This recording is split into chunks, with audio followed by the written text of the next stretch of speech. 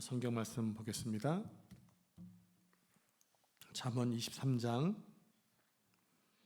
22절로 26절까지입니다. 잠언 23장 22절로 26절까지 말씀 한 절씩 교도하겠습니다.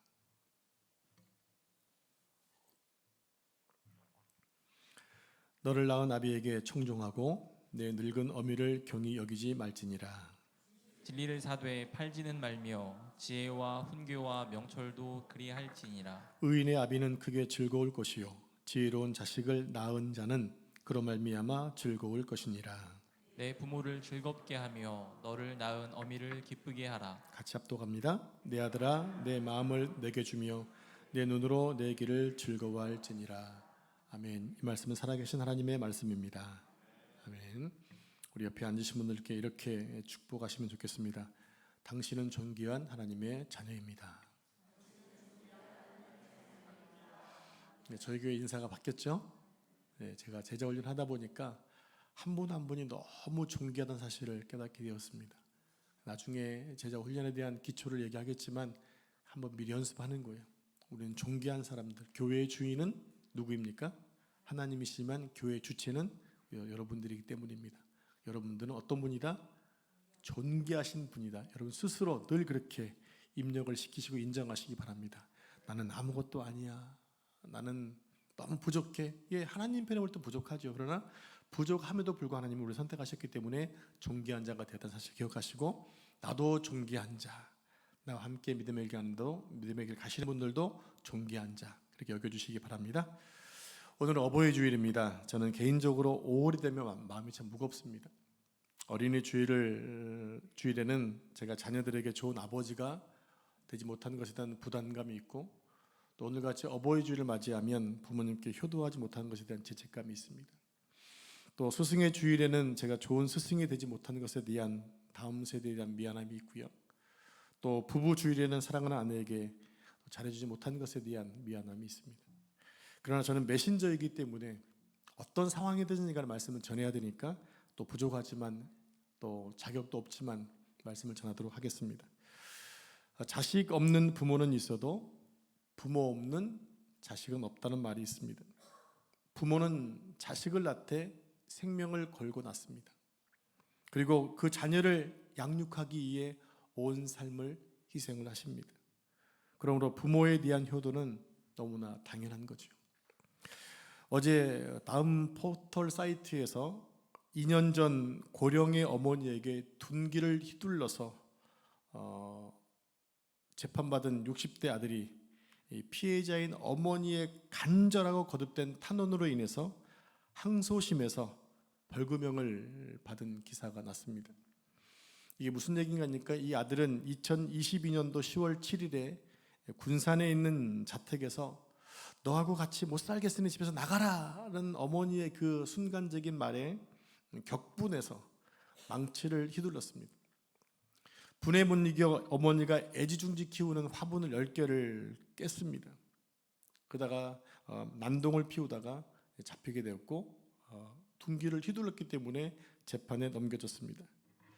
1심 재판부에서 위험한 물건으로 노모를 협박하고 화분까지 깨트린 것을 볼 때 죄질이 좋지 않다, 이렇게 하면서 피해자인 어머니가 거듭 피고인에 대한 선처를 또 탄원서를 낸 걸 보고 참조해서 벌금형으로 선고한 것인데요. 그때 검사는 형이 너무 가볍습니다 라고 부당해서 항소를 한 거예요. 그런데 항소심 재판부는 아무리 불만이 있더라도 어머니를 상대로 이런 행동을 할 수 있는지, 과연 벌금형으로 끝내는 게 옳은 것인지 참 많이 고민했다. 그러면 어머니가 피해자에 대한 처벌을 원하지 않는 점을 특별히 참조했다라면서 벌금형을 내린 것입니다. 이게 우리의 어머니세요. 자식이 아무리 잘못을 하고 자신을 위협해도 그 자식이 벌받는 것 막고자 하는 것이 우리의 부모님이십니다. 어떻게 해서라도 자식을 살리고자 하는 것이죠. 어제 사교육관 임대 계약을 하면서 의사 아들을 둔 사장님에게 들은 이야기입니다. 그 아들이 응급실에서 근무하는 의사인데요. 여러 가지 에피소드를 들려주시는 거예요. 그 중에 한 딸이 의식이 없는 엄마를 응급실로 태우고 가서 의사의 손을 잡고 간절히 부탁하더라는 거, 제발 좀 우리 엄마 좀 살려달라고, 깨어나게 해달라고. 그래서 이 의사가 야, 효심이 참 지극하구나라 생각을 했대요. 알고 봤더니 엄마가 깨어나야 엄마가 가지고 있는 재산을 물려받을 수 있으니까 그런 목적으로 이렇게 엄마를 깨워달라고 했다는 얘기였어요. 여러분, 이게 자식입니다. 싸가지 없는 것들이죠. 여러분, 너무 대조가 되지 않습니까? 자신을 둔기를 휘둘러서 위험에 처했던 그 어머니는 자식을 살리고자 하는데 엄마가 의식 없어 돌아가시기 임박한 그것에 대한 안타까움이 아니라 자식 재산을 못 물려받을까 봐 애걸복걸하고 있는 자식과 너무 대조되지 않나요? 부모님을 먼저 천국에 보내신 분들이 하는 말이 있습니다. 부모님께 못해드린 것만 생각나서 너무나 죄송합니다. 살아계실 때 잘해드릴 걸 하지만 너무 늦었다고 얘기합니다. 오늘 어버이 주일을 맞아서 나의 근본과 뿌리가 어디서 왔는지를 인지하고 또 나를 이 땅에 오게 하신 부모님께 감사하면서 효도를 실천하기로 다짐하는 시간이 되었으면 좋겠습니다. 그러기 위해서는 먼저 한 가지를 꼭 해야 할 것이 있습니다. 뭐냐면, 그래서 우리가 생각하고 있는 부모에 대한 개념을 좀 확대하자라는 거예요. 무슨 말인가 하게 되면, 그동안 우리는 부모님 하면 나를 낳아주신 부모님만 생각을 했는데 또 내가 낳은 자식만 자식으로 여겼는데 확대하자라는 거죠. 우리 말씀 먼저 하나 보겠습니다. 고린도전서 4장 15절입니다. 함께 합독합니다. 시작. 그리스도 안에서 일만 스승이 있으되 아버지는 많지 아니하니 그리스도 예수 안에서 내가 복음으로써 너희를 낳았음이라. 사도 바울은 결혼하지 않았음에도 많은 아들들이 있었다고 합니다. 예를 들면 믿음의 아들 디모데, 또 디도가 그의 아들이었고요. 또 그에게는 영적인 어머니도 있었습니다. 이 사람들은 바울과 전혀 피 한 방울 섞이지 않은 사람들입니다. 그러나 영적으로 볼 때에는 아주 소중한 가족이었다고 하는 거예요. 그러면 우리도 부모에 대한 개념이나 자녀에 대한 개념을 확대시켜야 한다는 얘기죠. 무슨 얘기냐면 나의 어머니뿐만 아니라 내 친구의 부모님도 나의 부모님이 될 수 있고 우리 교회 어르신들도 나의 부모가 될 수 있다라고 그런 인식을 확산시키자는 얘기입니다.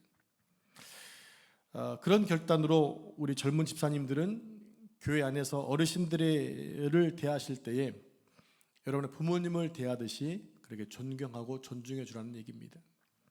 요즘은 너무나 개인적이라서 그런지 모르겠지만 어른을 보아도 인사하지 않는 젊은이들이 너무너무 많아요. 오늘 예배 이후부터는 어르신들 보면 무조건 고개 숙여 인사하시기 바랍니다. 건강하십시오. 안녕하십니까? 이렇게 인사하면 너무나 좋겠어요. 왜냐하면 우리는 그리스도 안에서 한 가족이기 때문입니다.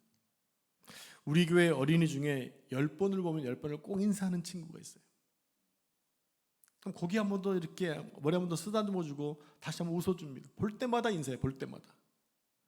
얼마나 귀여운지 모릅니다. 근데 우리 교회가 예의가 바르고 인사성이 바른 교회가 되었으면 좋겠습니다.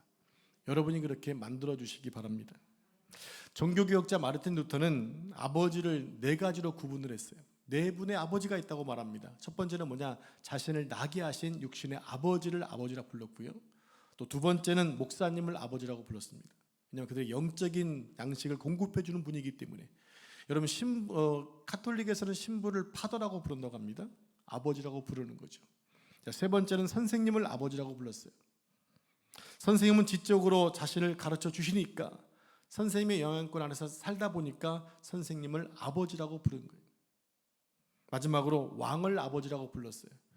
마르틴 루터가 종교개혁 당시만 하더라도 왕정체제였기 때문에 나라를 다스리는 그 왕을 아버지라고 불렀던 것입니다.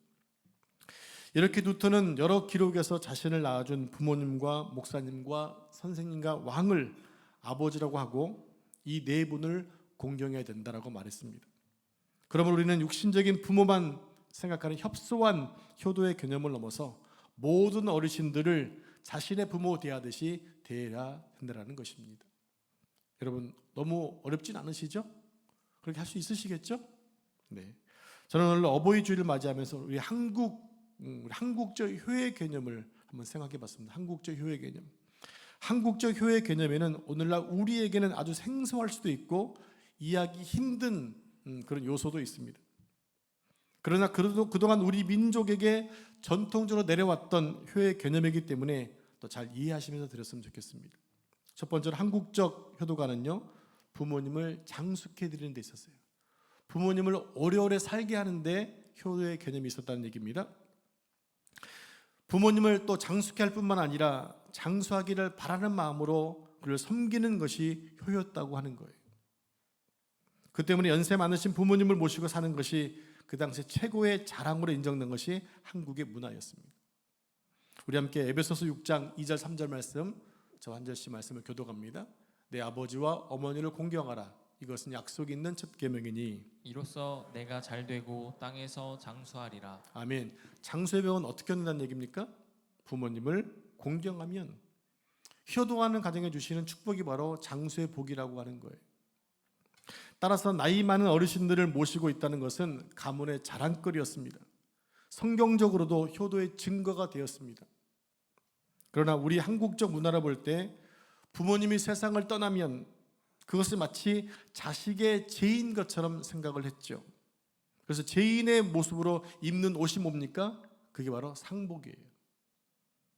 그런데 요즘 장례식장에 가보면 이 상복이 너무 아름다워요. 무늬를 집어넣기도 하고 막 그러잖아요. 그리고 여자분들은 화장을 진하게 하고 립스틱까지 바르지 않습니까? 문화가 바뀐 거니까 뭐라고 할 수는 없어요. 또 큰 소리로 웃기도 하고 농담도 합니다. 고인 영정 앞에서 바뀌어진 거죠. 그것을 뭐라고 말할 수는 없을 것 같습니다. 근데 한국 문화가 그래 왔다라는 거예요. 그런 상복을 입었다라는 거죠. 제가 어릴 적만 하더라도 상을 당하면 보통 병원 장례식장보다는 가정에서 하는 경우들이 많았거든요. 보신 적 있으시죠? 가정에서 상주는 죄인이요, 부모님이 돌아가시는 것이 마치 자신의 잘못처럼 여겨서 음식을 먹지 않으셨어요. 그래서 보면 그냥 장례식 끝나고 나면 다이어트 돼가지고 그런 경우가 있었거든요. 요즘에는 잘 드셔야 됩니다. 잘 드셔야 손님들을 맞이할 수 있는 이렇게 얘기하는 시대가 돼버렸죠. 어찌하든 간에 장수하기를 바라는 마음, 그리고 오래오래 사시도록 모시는 것이 한국식 효도관이었다는 겁니다. 두 번째는 편하게 모시는 것이 효도였어요. 편하게 모시는 것. 부모님을 편하게 모시면서 맛있는 음식을 대접하고 좋은 옷을 입혀드리면서 기쁨을 드리는 것이 효도였다는 겁니다. 그래서 우리나라 전래 동화를 보면 대개가 어떻습니까? 부모님들의 비현실적인 요구에도 불구하고 자식들이 그것을 해결하기 위해 지성을 다하면 그것이 이루어진 얘기들이 많이 있잖아요. 예를 들어 볼까요? 눈이 하얗게 쌓인 엄동설 아래 부모님이 딸기가 먹고 싶다라는 거예요. 그 겨울에 딸기가 어디 있어요? 지금 비 내려서 지금 있긴 있지만 그때는 그게 없잖아요. 그러면 그 아이는 가능성이 없어도 불구하고 깊은 산속에 헤매면 딸기가 있는 거예요. 그걸 가져다 드렸어요. 이게 한국식의 바로 문화였던 얘기죠. 또 있습니다. 추운 겨울에 생선이 먹고 싶다 하시기에 꽁꽁 얼은 강가에서 얼음을 깨고 애를 쓰고 있을 때 그 당시 낚시가 있었겠습니까? 애걸복걸하면 갑자기 커다란 잉어가 푹 튀어나오는 그런 이야기가 있었다는 얘기죠. 그리고 요즘 사람들 같으면 도란내라고 할 정도로 말도 안 되는 이야기일지 모르겠지만 너무 가난한 가정에서 부모님 고기가 먹고 싶다라는 거예요. 어디서 고기를 구합니까? 그럴 때 자신의 허벅지를 도려내서 고깃국을 끓였다는 그런 얘기도 있다는 얘기입니다. 너무나 끔찍한 이야기 같지만 이것이 자랑스럽게 내려와가 있던 한국의 효도관이었다고 하는 거예요. 우리가 잘 알고 있는 효노 심청 얘기도 마찬가지 아닙니까? 아버지의 눈을 뜨게 하기 위해서 자신의 몸을 팔아 공양매를 갖다 드리고 자신은 강물에 빠져 죽는 이야기. 그 얘기를 들을 때 요즘은 이렇게 얘기하죠. 제정신이냐? 딸이 죽고 자신이 눈을 뜬 아버지가 그 사실을 알고 어떻게 살겠느냐? 이렇게 얘기하지만 우리는 그것을 그 생각하지 않고 감동으로 들었던 것이 우리 정서였다는 얘기입니다. 그러니까 한국적 효도는 대개가 지성이면 감천이라는 식의 이야기, 그러니까 어떻게 해서라도 부모님께 효도하고자 하는 것이 우선이었다고 하는 거예요. 이제 그렇다면 이런 이야기들을 통해 하고자 하는 것이 어떤 뜻일까요? 대체 무슨 말을 하고 싶은 것일까요? 무엇을 전달하고 싶은 것일까요?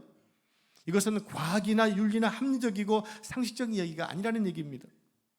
다만 한국적 개념은, 효도 개념은 부모님을 어떻게든 편안하게 해드리고 좋은 음식을 대접해 드리는 것이 효였다는 것을 강조하고 싶었던 거예요. 자, 세 번째 한국적 효의 개념은 가문을 소중히 여기는 마음으로 나타났습니다. 쉽게 얘기하면 무슨 말이냐? 곧 대를 이어간다는 얘기입니다. 대를 이어주는 것이 효도였어요. 그래서 장가가지 않은 아들은 불효자였고 아들을 낳지 못하는 며느리는 평생 죄인으로 살았던 것이 한국의 문화였어요. 가문을 소중히 여겨야 하기 때문에 반드시 대를 이어야만 했던 것입니다. 그래서 양자 제도가 있었어요. 그러므로 부모님께 손자를 안겨주는 것이 최고의 효도로 통했던 것입니다. 저희 교회에서 한 어떤 분이 아들 장가간 지가 몇 년 됐는데 아직도 손주가 없어서 어떻게 할지 고민하고 계시는 거예요. 너무 속이 상하시는 거예요. 그때 말도 못하겠고 끙끙 앓고 계세요. 나이도 많이 들어가고 있는데. 그래서 아들을 낳지 못하면 평생 죄인처럼 살았던 것이 우리나라의 정서였죠. 제 아내가 첫째를 아들을 낳았으면 더 한 명만 낳았을 거라 얘기합니다. 지금도 그 얘기를 해요. 왜냐? 낳는 게 힘드니까. 근데 큰애가 딸이 나면서 두 동생이 생겨나게 된 거예요. 그만큼 어떤 건 그 장손 가정에 시집온 맏며느리가 아들을 못 낳으면 미안하다는 그 정서가 있었던 거죠. 이게 우리나라의 문화였다는 얘기입니다. 자, 네 번째 한국적 효의 개념은 가문의 명예를 소중히 여기는 것이었어요. 가문의 명예. 그래서 벼슬을 하지 않는 아들은 불효자였습니다. 입신양명이 부모님에게 드리는 최고의 효도였습니다. 가문을 위해 출세를 해야 하고 명예를 높여야 합니다. 그러니까 가문을 빛내면 그것이 효도였다는 겁니다. 그래서 어디에 효부상이 걸려있는 그 집은 아주 존중받았던 옛날이 있었죠. 그리고 나라를 위해 생명을 바치면 충신이라는 명예를 얻습니다. 그러면 가문의 명예를 높였기 때문에 효자가 되는 것입니다. 충의효로 통하는 것이 한국의 문화였기 때문입니다.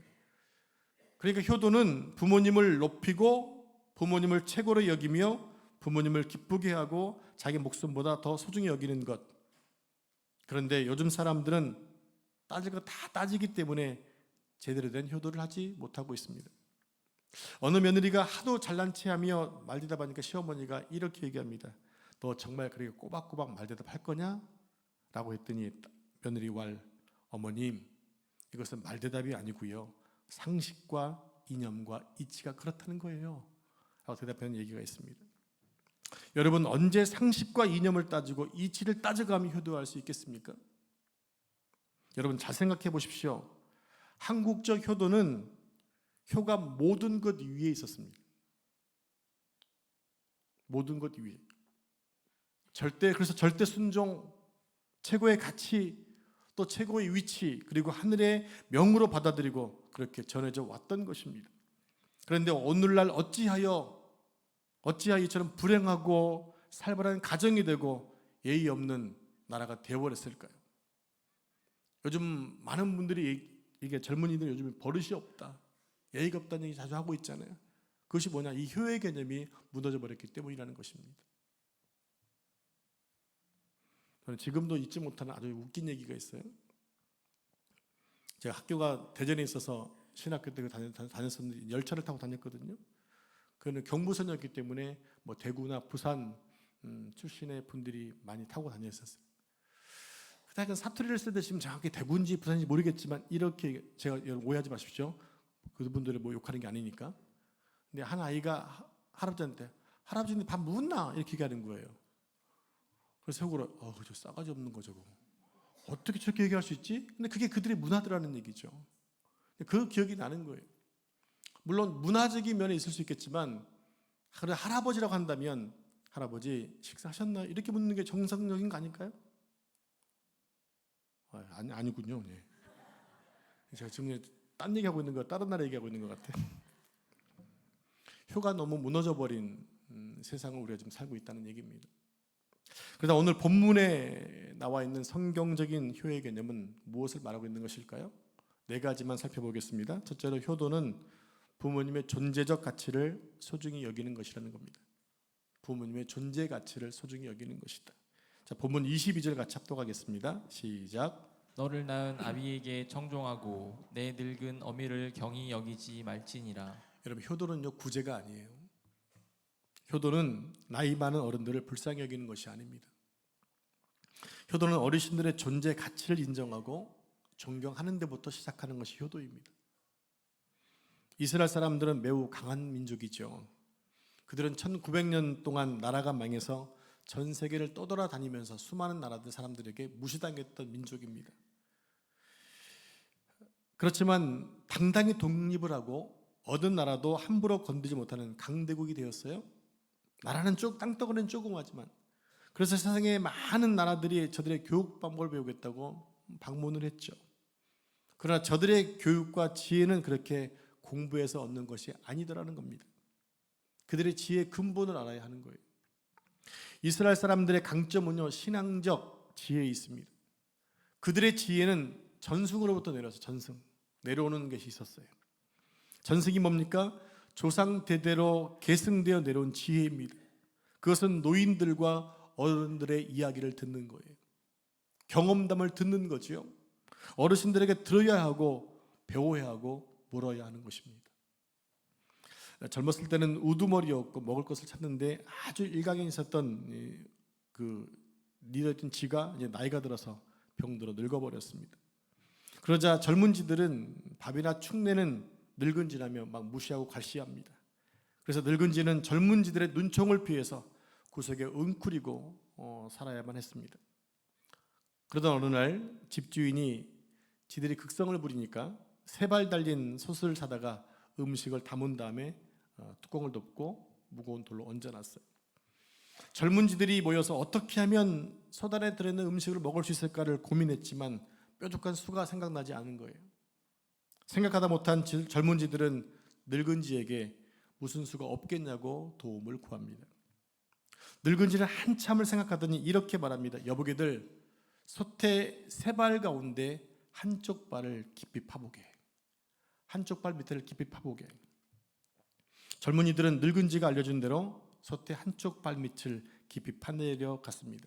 그러자 어떤 일이 벌어졌을까요? 중심을 잃고 솥이 쓰러진 것입니다. 그 안에 담겨있던 모든 음식물에 쏟아져 나와서 그날은 아주 그냥 뭐였습니까? 잔치하면서 신나게 먹었다는 이야기가 있습니다. 이 일이 있은 다음부터 젊은지들이 늙은지를 무시하지 않았다는 이야기입니다. 그렇습니다. 우리는 어르신들의 지혜를 귀담아 들을 수 있어야 됩니다. 마찬가지로 부모님의 경험을 들어야 합니다. 부모님의 지혜는 언제나 자녀들에 대한 사랑으로 가르치려고 하기 때문에 그 가르침에는 무엇이 들어있다? 사랑이 들어있어요. 성공한 사람들 인기 강사가 되어서 여기저기 불려다니잖아요. 자기의 성공의 노하우를 이야기합니다. 그런데 중요한 것은 그 성공담을 듣고 성공한 사람은 드물다고 하는 거예요. 왜 그렇습니까? 그들에게 살았던 성공담인 이야기하지만 그냥 성공담이기 때문에 그런 거예요. 그러나 실패한 사람의 이야기는 모든 것이 지혜입니다. 이렇다 할 성공은 없었으나 그들의 뼈아픈 실패와 피눈물 나는 그런 노력들이, 경험들이 지혜가 있었기 때문입니다. 그런 거로 부모님의 긴 연륜 속에서 얻어진 많은 경험과 지혜를 소중히 여기면서 들을 줄 알아야 한다는 거죠. 바로 그것이 효도라는 것입니다. 맛있는 거 많이 사드리고 좋은 옷 입혀드리고 여행을 자주 시켜드리는 것도 너무 좋은 효도이지만 부모님의 지난날의 경험담을 고개 끄덕끄덕하며 들어드리는 것이 더 좋은 효도일 수 있다는 거죠. 그런데 그렇게 하지 못하잖아요. 시간이 없다. 들은 얘기 또 한다. 그렇게 하다 보니까. 그래서 이렇게 얘기합니다. 그 얘기 또 하세요. 2번 들으면 100번이에요. 싫어하는 거죠. 분명 자식들은 더 높은 지식을 가졌지만 이 삶에 대한 지혜는 많지 않습니다. 그러므로 부모님이 먼저 경험하신 소중한 지혜를 듣고자 하는 그런 마음이 필요하겠습니다. 두 번째로 효도하는 사람은 의인이 된다고 말합니다. 의인이 된다. 우리 24절 말씀 같이 합독합니다. 시작. 의인의 아비는 크게 즐거울 것이요 지혜로운 자식을 낳은 자는 그로 말미암아 즐거울 것이니라. 이 말씀에서 의인의 아비는 크게 즐거울 것이다. 크게 즐겁다고 얘기합니다. 하지만 악인의 아비는 어떻습니까? 슬퍼한다고 얘기합니다. 서로 대조되고 있죠. 여러분 부자가 되고 또 출세한다고 해서 부모님이 기뻐하시는 것은 아니라는 겁니다. 부모님이 가장 기뻐하는 게 뭐냐? 자식이 의인이 되는 거예요. 자신은 의롭게 살지 못했다 하더라도 자식만큼은 선하게 의롭게 살기를 원하는 것이 부모의 마음이거든요. 예수님도 그래서 이런 말씀하셨어요.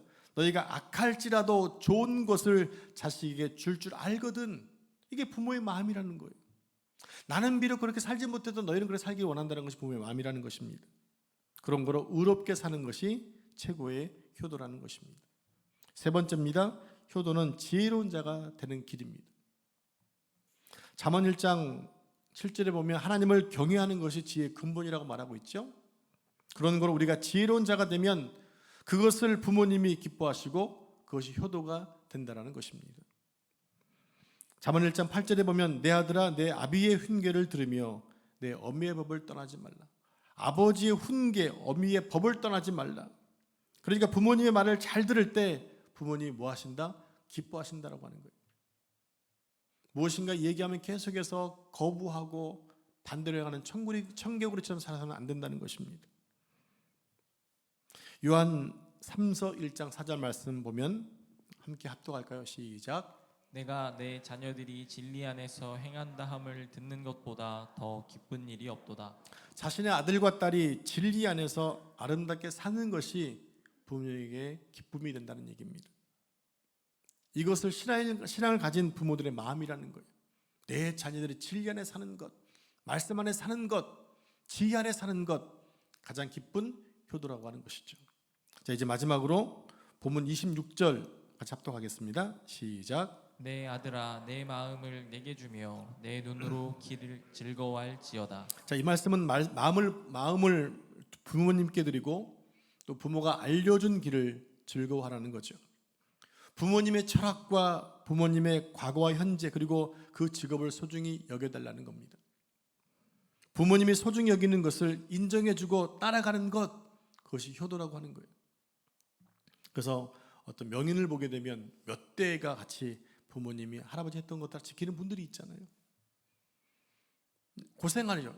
돈도 못 버는 고생함에도 불구하고 아버지, 할아버지는요 따라하는 아들을 보고 흡족히 여기는 마음들이 있더라고요. 나를 인정해 주는 거잖아요. 비록 그 길이 힘들고 어려워도 자신 아버지, 할아버지의 그 가는 길을 따라가는, 인정하기 때문에 따라가는 거 아닐까요? 그것이 바로 효도가 된다는 얘기입니다. 자, 이렇게 효를 행하는 가정에 하나님의 축복이 약속되어 있습니다. 효는 당연히 해야 되는 거잖아요. 그죠? 효는 당연히 해야 됨에도 불구하고 하나님이 약속해 주신 축복이 있어요. 그만큼 부모 공경이 중요하다는 것입니다. 자, 우리 함께 에베소서 6장 1절로 3절까지 말씀 한 절씩 교독하겠습니다. 자녀들아 주 안에서 너희 부모에게 순종하라. 이것이 옳으니라. 내 아버지와 어머니를 공경하라. 이것은 약속이 있는 첫 계명이니. 3절 같이 읽습니다. 이로써 내가 잘되고 땅에서 장수하리라. 아멘. 효는 부모님을 기쁘게 하는 것입니다. 그런 거로 부모의 가르침을 따라 그 길을 기뻐하며 즐거워하며 순종할 때 하나님의 축복이 임하게 된다라고 약속하셨어요. 그 축복이 뭡니까? 장수와 땅에서 잘 되는 겁니다. 사랑하는 성도 여러분, 하나님은 부모 사랑과 공경을 통해 눈에 안 보이는 하나님을 사랑하라고 하셨습니다. 여러분, 하나님을 사랑하십니까? 그 증거가 뭐로 나타난다는 거예요? 다시 한번, 여러분 하나님을 사랑하십니까? 그 증거를 어떻게 나타내 보이라는 거예요? 부모님을 공경하면서 나타내라고 하는 거예요. 다시 한번 질문합니다. 하나님을 사랑하십니까? 그렇다면 여러분의 부모님을 공경하시기 바랍니다. 하나님을 사랑하십니까? 그럼 우리 교회 어르신들을 존중해 주시기 바랍니다. 그것이 여러분들이 땅에서 잘 살고 잘 되는 복입니다. 만약 지금 성도님 가운데 부모님이 안 계신 분도 계실 수 있잖아요. 그러면 내가 잘 되고 장수하는 것이 끊겨버린 거잖아요. 복 받을 수 있는 방법이. 그죠? 대상이 없으니까.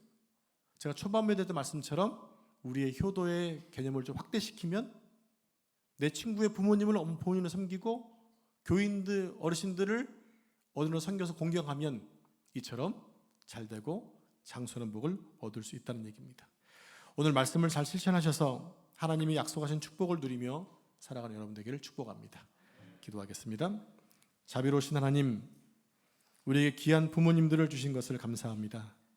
그러나 기쁘게 해드려야 하는데 부모님을 슬프게 했고 웃음 대신에 한숨과 눈물을 들여싸우며 마음의 아픔을 드린 잘못을 용서하여 주시옵소서. 이제 새롭게 다짐하오니 의로운 길을 가며 지혜로운 자로 살게 하시고 믿음 안에서 기쁨으로 효도하는 자녀가 되게 하옵소서. 그리하여 주님이 주시는 축복과 장수의 복을 누리며 살게 해 주옵소서. 우리 부모님, 우리 어르신들의 남은 생애가 복되게 하시고 천국 소망으로 늘 승리하게 해 주옵소서. 이 모든 말씀을 존귀하신 예수님의 이름으로 기도합니다. 아멘.